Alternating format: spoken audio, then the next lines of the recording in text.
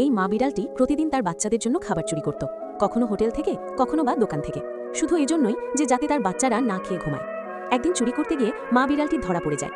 লোকেরা তাকে খুবই নিষ্ঠুরভাবে মারধর করে। আহত অবস্থাতেও বিড়ালটি হামাগুড়ি দিয়ে নিজের ঘরে ফিরে আসে। মা বিড়ালটি দেখেন তার নিষ্পাপ বাচ্চারা না খেয়ে তার জন্য বসে আছে। যন্ত্রণার মাঝেও মা বিড়ালটি হাসে এবং শেষবারের মতো বাচ্চাদের দুধ খাওয়াতে শুরু করে। তখনই বাচ্চাদের মায়ের ওপর সন্দেহ হয় এবং তারা সঙ্গে সঙ্গে অ্যাম্বুলেন্সে ফোন করে। কিছুক্ষণ পরেই অ্যাম্বুলেন্স এসে পড়ে, কিন্তু ঠিক তখনই প্রবল বৃষ্টি শুরু হয় এবং পুরো গ্রাম প্লাবিত হতে থাকে। অ্যাম্বুলেন্সও পানিতে ভেসে যেতে থাকে। এদিকে মা বিড়ালটি একদিকে ভেসে যাচ্ছিল আর অন্যদিকে তার বাচ্চারা।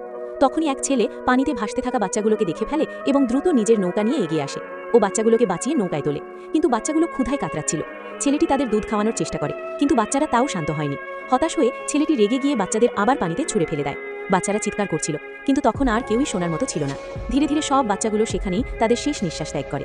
কিন্তু এই অসহায় মা ও বাচ্চা বিড়ালগুলোর জন্য কেউ লাইক সাবস্ক্রাইব করেনি।